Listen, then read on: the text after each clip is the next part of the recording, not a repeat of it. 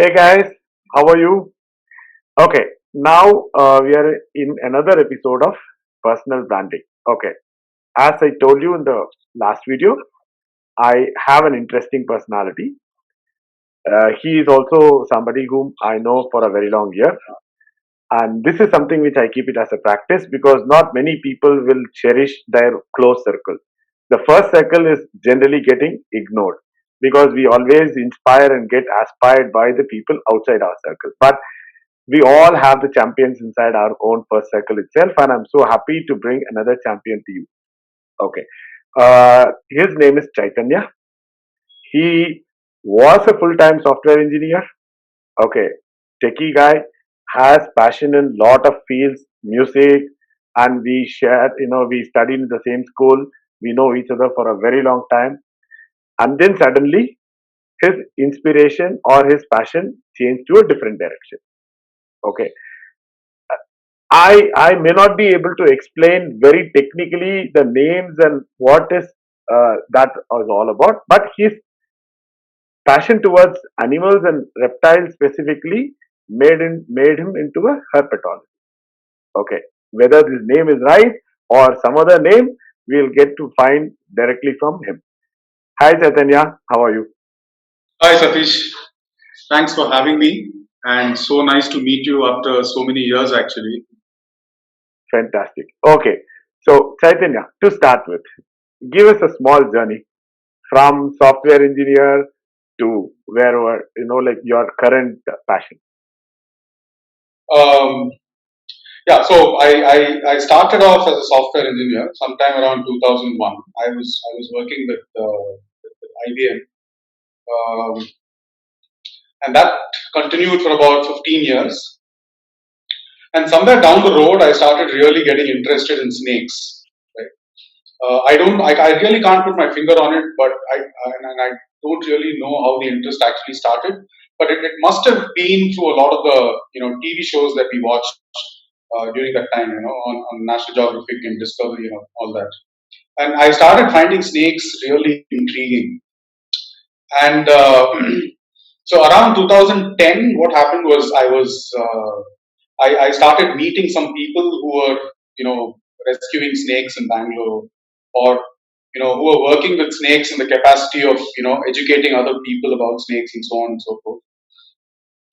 And then it so happened that my interest in software started waning completely, and my interest in reptiles and snakes specifically started really increasing. So it was actually a very simple decision to make at that time for me to kind of let go of software and try and understand snakes a little more, because I was really intrigued by them basically. So around 2000, during 2014, I quit my job and I started pursuing herpetology as a full time thing. I wouldn't call it a profession or an occupation. It's just something I started doing full time. I started, visiting all the great forests that this country has in search of reptiles and so on, and and realized that with every passing day, my interest and intrigue was just growing because finding these animals in the wild and seeing them behave in the wild is a completely different ball game, and it really uh, it's a joy that you cannot express in words. Perfect. I will come to that particular point. I'm going to cut you there because I have a very specific for that particular experience, which I will come in the. Okay, viewers, how many of you actually heard people saying that I like snakes, so I left my software job to pursue to understand snakes. So very interesting, isn't it? So going forward, Chaitanya, the software is a as a profession is something which is rational, which is basically logic driven.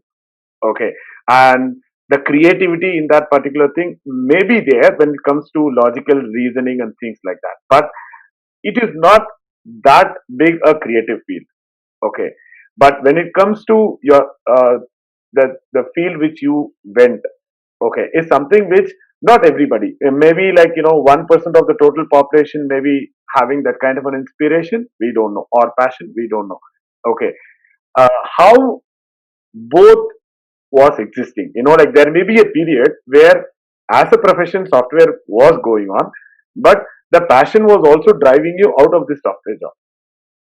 So I am actually looking this as a completely bipolar. One is in this direction, and another is in this direction. Okay, this is all about branding. So like I want to understand how Chaitanya like dealt with those periods, which is probably like you know one leg here and one leg there. Yeah, so towards the last, I think, 3 or 4 years of my software career, software just became a means to an end. I was not real. I did not really hate the job or anything. It's just that I was more interested in something else. And I kept feeling that look, I should be spending the best years of my life doing what I really want to do and doing what I really like. And I think one important thing I should add here is because is that I have the privilege of uh, uh, being able to make that decision or that choice, right? Not a lot of people would be able to do that because of financial constraints and so on and so forth. But I was just privileged in the sense that I had no dependents, so I could really take the plunge and do what I'm interested in, and even if it means no money or spending a lot of my own money and so on. So I kind of waited till a point where I thought I was financially stable, and then I kind of quit. So I worked for about 15 years. So in a sense, software towards the end was kind of ways of making ends meet. But my interests were really in herpetology back in 2010 and so on. So yeah. So, okay, uh, taking hepatology out of the equation. So, for all the professionals or students who are actually doing, so there is one thing as a profession, and there is one thing as a passion. And as you explained, the profession, the interest on the other side is getting increased. Okay, you talk about financial stability and things like that. Okay, that is one point. Okay, but not exactly the means of decision went into financial stability. Okay, it is the one factor which, or one or more factors which probably would have given you the edge. Maybe you felt equipped that okay, it is time that I am equipped to get into my passion as a full time. Okay, so does that come based on the research or the time that you put in, or does that come based on the community that you create? You said that you met a lot of good people during that point of time. Was that the influence, or is your gut the influence to move there? No, so like you said rightly, I met a lot of good and not so good people. So, but the sense I generally got was that look, if I start, pursuing this interest that I have, it's going to keep me going for a lifetime. There was just so much to do with herpetology, especially if you were really interested and so on. So I think that kind of motivated me to take the plunge.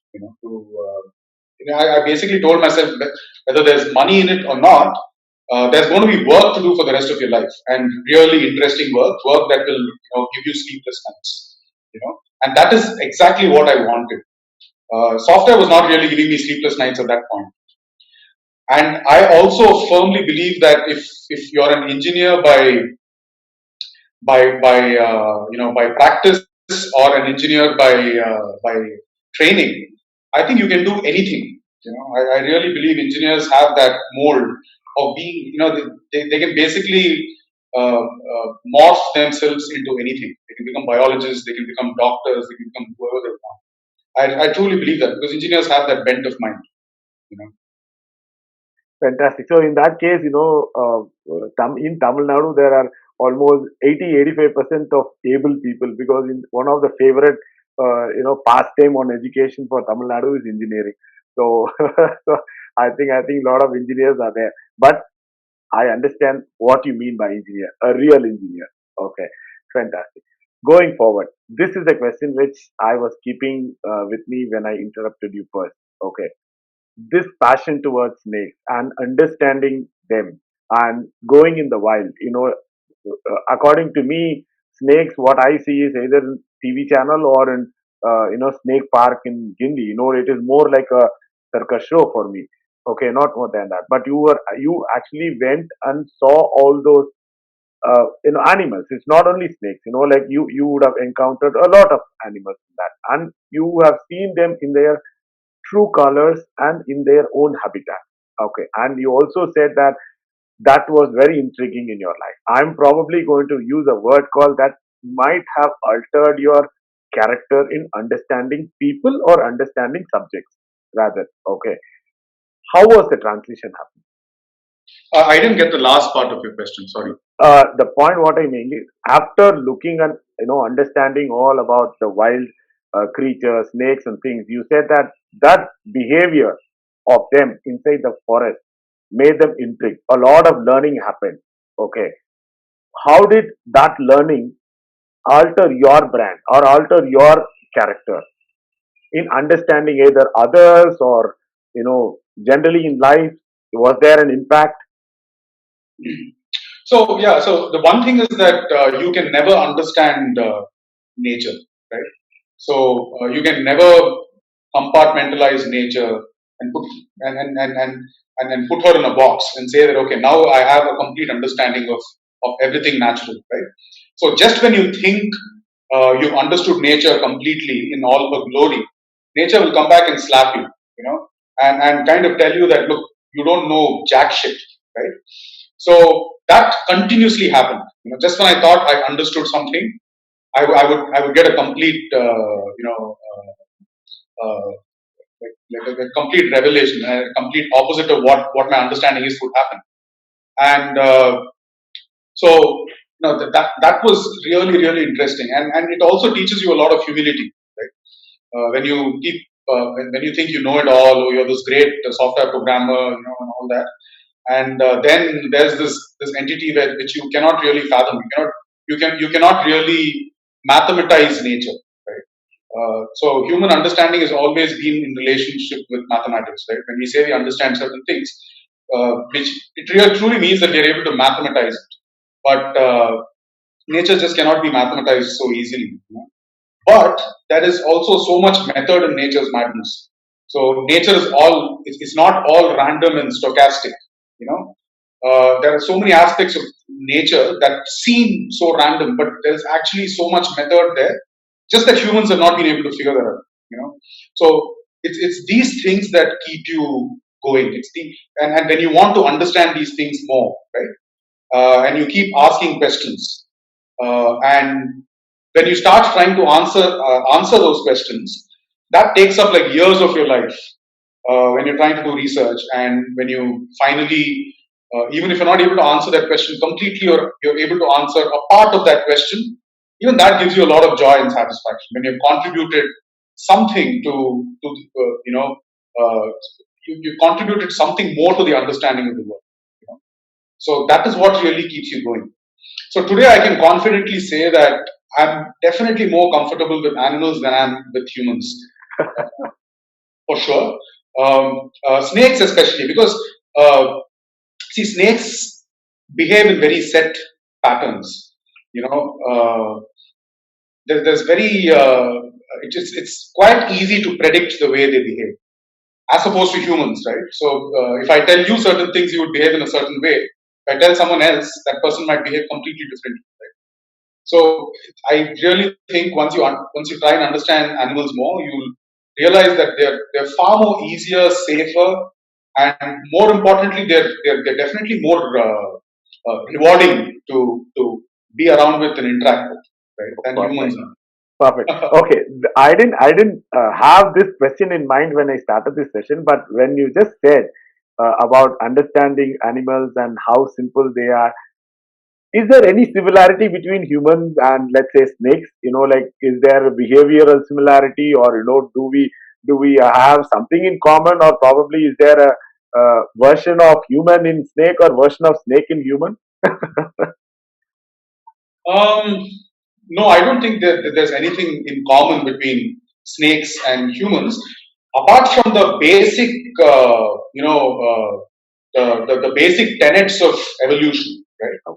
Like every organism in the world, whether it's human or snakes or coronavirus, everything wants to survive, right? Right. So a snake will do what it takes to try and survive, just like a human would, just like corona would do, or just like an elephant would, right? But the similarity kind of ends there, you know. Apart from that, there are so many other huge differences. Because snakes, like are cold-blooded, right? And humans, being mammals, we are all warm-blooded, and we are all hormone-driven. So our behavior on a certain day depends on which hormone is actually governing us. But snakes don't have that problem. So on any given day, a snake is going to pretty much behave the same way, unless it's probably laying eggs. It's trying to be protective of its eggs, or it's molting, which means that it's shedding its skin, which is also a vulnerable time for snakes. So they try to be a little more guarded during that time. But apart from that, they pretty much have a very set pattern of behavior. Fantastic. So I think the poets and script writers should have a fact check. They cannot compare humans to a snake anymore. So They shouldn't also. They shouldn't, because one of the problems I've seen with a lot of television and films and even books is in all good intentions, people try to anthropomorphize animals, right? So they try to kind of discover human emotions in animals, right? Which is a completely wrong thing to do, right? So in a lot of films, you would have, especially Tamil films, you would have seen elephants crying for a young girl, or elephants crying for the family. Those things don't really happen, you know. So this anthropomorphizing with animals actually does not bridge the gap. It actually widens the gap between humans and animals, and that should stop. We should treat an elephant like an elephant and not like a human being. And we should treat a snake like a snake and not try to treat it like a right? perfect. That's most. Okay. Okay. Going forward, one of the things which I really wanted to ask you is during your journey, okay, you actually found a new, how do you call, families of gecko, and something which I can probably call it as a discovery so that people like me can understand that. But the thing which really inspired me is you named it after your teacher, okay, or your friend, your mentor, or whoever it is, okay. So this channel is actually all about not just talking about journeys and like rising flags and things like that, okay. This is about the learning behind it, okay. One of the things which you actually said is that few people inspired you during your starting period so that you took this entire decision to go into this field. And I'm understanding that this Mr. Varat Giri, if I capture the full name, if I remember the full name, you dedicated your discovery to him, or is that the right word to use it, or you just named the geckos in his name, okay. Tell me about that incident. And this is something which I want people to actually understand, how important is a mentor in a field like yours. Okay, so I'll start with a little bit of history, right, to answer your question. So initially, when I started around 2010, I started hobnobbing with a lot of snake people. These are people who would rescue snakes or who would educate other people about snakes and so on. And all these people were really good people, and they were great educators, right? But I also figured somewhere down the line that if I restrict my let's say my network to only these guys who are rescuing snakes, I would end up doing just that for the rest of my life, which is basically just going and catching snakes, right? Herpetology is a lot more than just going and catching snakes. And I've heard about this guy called Varat Giri, who was at that time who was in Maharashtra, and he was a scientist, right? So he still is a scientist. He's a taxonomist. So taxonomists are people uh, who who classify animals and give them names, right? To put it in simpler words, they're people who describe species, right? They're people who describe species, or sometimes even genera. which are above species, right? So I wrote to Varadgiri saying that, hey, I'm interested in all this stuff. I just quit my job, and I'd like to work with you and learn from you. And without batting an eyelid, he took me in his wing, right? And initially, I think I spent a lot of years sitting with him in a lab in Bangalore and learning the basics, learning the ropes of reptilian taxonomy, snakes and lizards and so on and so forth. And from there on, I got the opportunity to discover, quote unquote, discover around 20 species of reptiles from India. And so there is one group of geckos which are called hemidactylus. Don't really worry about the scientific name. So hemidactylus geckos are the common geckos that you see in your wall. They are the seventh palli that everyone hates and runs away from. But they're actually a very interesting, intriguing group of geckos. And so this fellow Varadgiri, he was actually like the guru with hemidactylus, right? So his understanding of this group of geckos called hemidactylus was way better than anyone else in India, the way I saw it. Right? So it was always one of my things to discover a new hemidactylus and name it after this guy, because that's really his thing. And it also was a little apt because the gecko we discovered was in a place called Amboli in Maharashtra. And Amboli is the place where Varadgiri started his herpetology career. And this gecko was found also in the village he was born in. Right? So this gecko was discovered from the village he was born in, which is very close to Amboli. So all these factors put together, I decided we should call it Hemidactylus Varadgiri after this guy. So that's how that happened. Yeah. Fantastic. Okay, just one word he actually used about Varadgiri. Like when Chaitanya sent a email to Varadgiri, he didn't even bat an eyelid. That's exactly the situation. When I asked Chaitanya, why didn't you do an interview with me? Next second, he said, why not? So I'm so happy that, like you are in front of the camera and, talking about all these things. Okay, going forward, Chaitanya, very important thing. I know you from Somni. I know you for a very long time. Okay. Let me probably ask you this. People like me or people like me in your closer circle, how do they actually see a transformation of brand of Chaitanya from a software engineer to a herpetologist? Okay. How did I'm not talking about how the society viewed you. I'm talking about how the brand transformation was viewed from your perspective. And my next supplementary question is: was there any impact on that?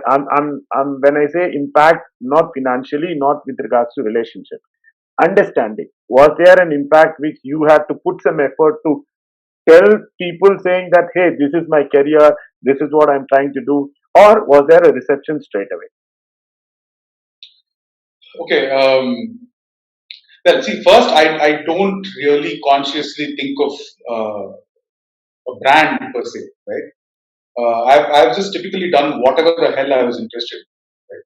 And so that way it was very easy. So in my book, it's my life, so I'm going to go do whatever the hell I want to do, right? So it was just as simple as that for me.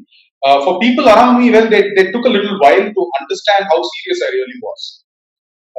So for them initially it was like, yeah, this is just a fad. It might just fade away and so on.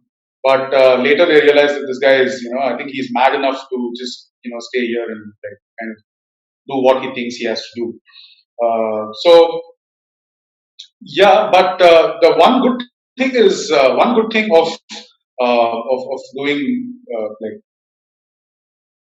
like moving to wildlife is that I've just met so many interesting people during this journey. Right? It's the whole gamut of completely different interesting people. All of them come with their own experiences. Some have worked in the Himalayas, some have worked in Africa, some have worked in underwater with marine organisms and so on. So it's very interesting to meet all these people and learn from all their experiences. So yeah, so I've never perceived it as a radical shift in what I was doing. It's just a whatever interested me at that point, I went that path. Maybe a few years from now, I'll be interested in something completely different, and I might just completely do another switch. Right? I don't know. That just might happen. So I don't really view it as a brand or anything. Okay. See, the point what I was actually trying to move from here, like I expected this maybe the answer knowing you very well. Okay, if let's say I'm a student or I'm a Chaitanya like 10 years before, okay, and I'm a guy who likes wild animals or forest. It can be photography, it can be herpetology, it can be anything. Okay, or it can be even Chaitanya starting it again 10 years back. Okay, you have a learning right now. Earlier it was used to be trial and error. Okay, but now you have a learning. Can you tell people who are aspiring into wildlife based profession a general guideline saying that hey, if you want to come into this field, at least be sure of few things. Okay, anything that you can give as a guidance to them. So I think the whole thing should be to plan your career properly, right? See, for me, for example, I started off as a software guy, and I was almost 28, 29 years old when I got interested in herpetology, right? So, and then I moved, and by that time, I just wanted to do things on my own, at my own, pace and at my own volition. So I didn't really want to go the academic angle. I didn't want to get into academia and things like that. But if you want to do, wildlife biology as a profession, uh, right, you should, I think, get yourself enrolled in a good master's program. There are various good master's programs in India, and then figure out if you want to be an academician, you should probably get enrolled for a PhD. Otherwise, you can go the NGO route. You can work with a lot of NGOs that are doing spectacular work in India towards conservation, towards wildlife biology, and so on. But if research is your thing, then I strongly recommend you should that you should get enrolled in a good PhD program, and pursue research. Um, yeah, Generally, so how that's. generally how does your project actually work, Chaitanya? Like is it you go for exploration or something like that? Okay, how does is it something like a project which will be construed, or is that a continued effort? No, it's typically projects, and as you must very well know, project has a start date and an end date, right? That's what defines a project. So here it's not really start date and end date, but what I do is I pick up organisms that I find interesting. I just uh, I was working on this group of geckos from the Western Ghats. They're called Draco gecko, right?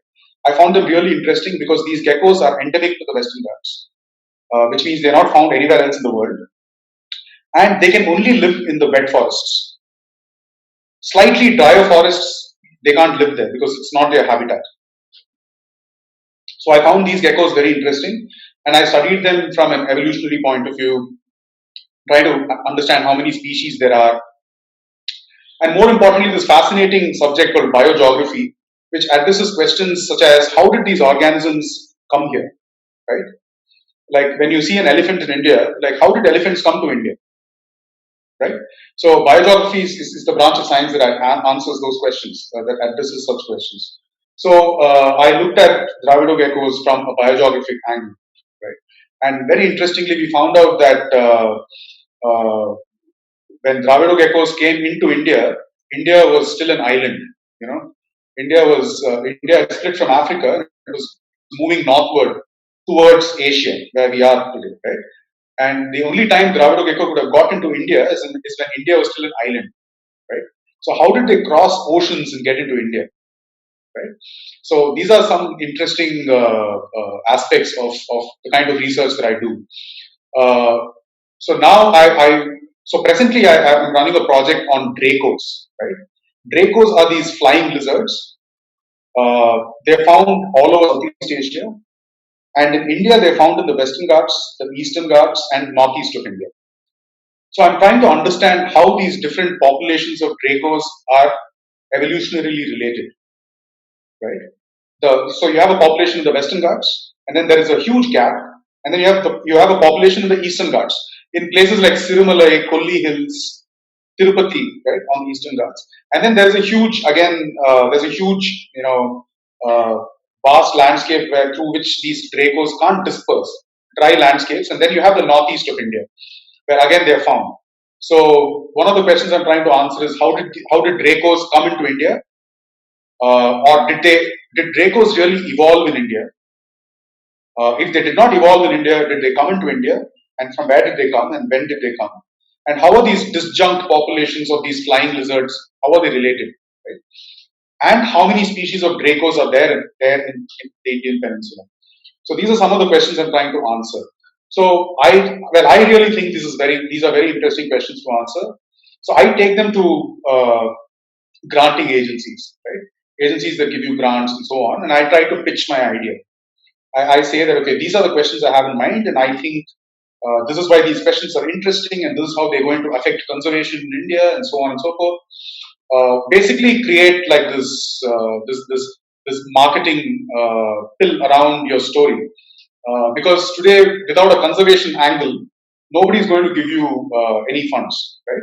You just can't say I'm doing this because I'm interested in it, or I'm doing this because I'm bored. I don't have anything better to do, so I'm working on gliding lizards. So you have to spin the conservation story around it, right? You have to say, okay, by doing all this work, I'm going to achieve all this conservation, and so many animals and so many forests are going to get benefited because of this, right? So you spin that story around, and then you might or might not get grants. I've fortunately always got the grants that I've applied for. And then you have the funds to do it, right? So then you just have to plan your project properly and like go and execute it.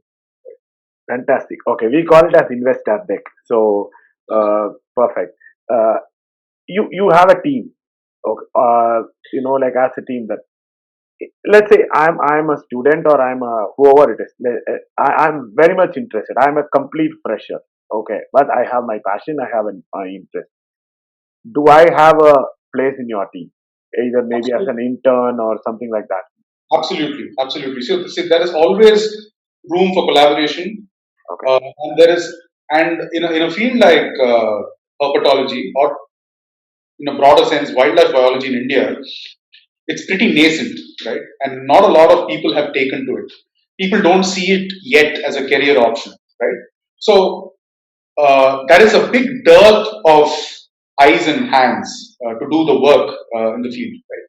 So anyone who's interested is most welcome, and anyone who's interested, I'll make sure that I put good use of you as a human resource. If you want to come and join my team, or there's so many other. If let's say you're interested in a certain group of animals, I can actually put you on to people who are interested, who are actually working on those animals. So you can actually spend time with them, learn and understand, and take it from there.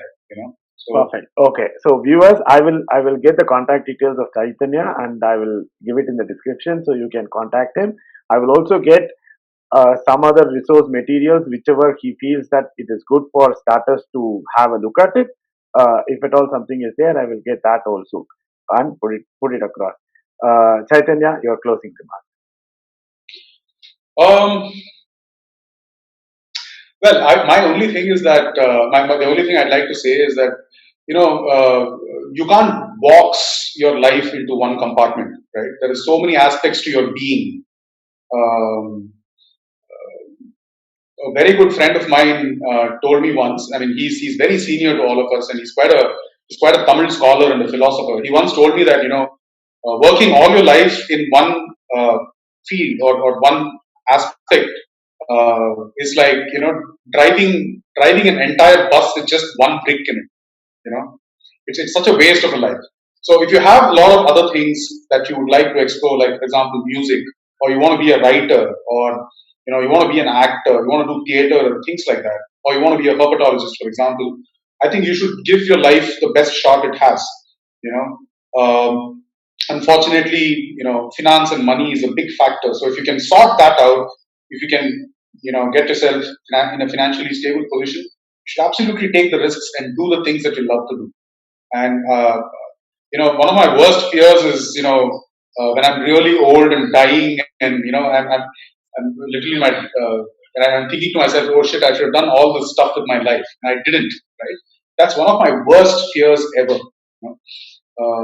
So if you have interests and if you're intrigued by certain things, if you want to learn more, I think you should just absolutely go for it.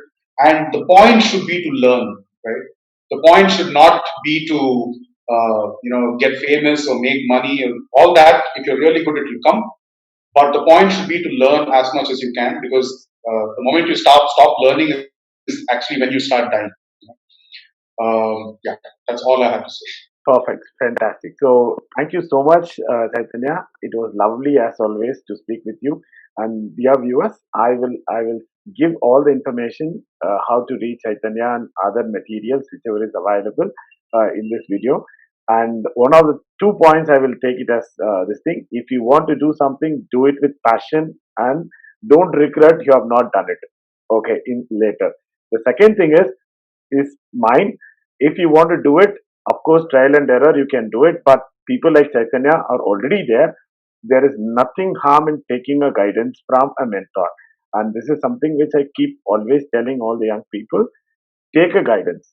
Okay, it's very good to put your hands dirty and learn it, but make that effort in places which means if you have a mentor, better use them. Okay, thank you so much, Chaitanya, for your time. Thank you, Satish. Thank you so much. Take care.